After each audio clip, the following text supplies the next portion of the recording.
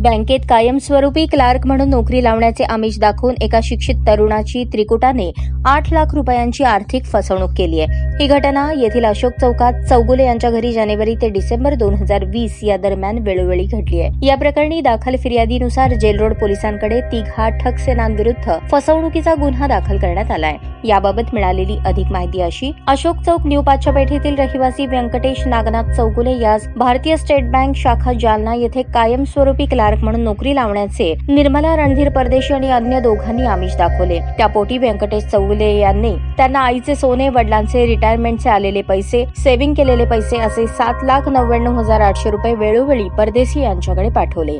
गेल्या 4 वर्षात व्यंकटेश चौगुले यांच्या पदरी आश्वासनाशिवाय दुसरे काहीच पडले नाही अथवा त्यास नोकरीची संधी मिळाली नाही। त्यांच्याकडे पैशांची मागणी केली असता तेही न मिळाल्याने नोकरीच्या आमिषाने फसवणूक झाल्याचा प्रकार पुढे आला। या प्रकरणी व्यंकटेश चौगुले यांनी दाखल केलेल्या फिर्यादीनुसार जेल रोड पोलीस ठाण्यात निर्मला रणधीर परदेशी, रणधीर तुळशीराम परदेशी राहणार 89 वसुंधरा नगर, न्यू मोंढा रोड, जालना आणि अब्दुल माजिद खान या तिघांविरुद्ध गुन्हा दाखल करण्यात आला आहे। पोलीस उपनिरीक्षक मोरे या गुन्ह्याचा पुढील तपास करत आहेत। ताज्या बातम्या पाहण्यासाठी प्राईम मीडिया न्यूज चॅनलला सबस्क्राईब करा आणि बेल आयकॉन प्रेस करा।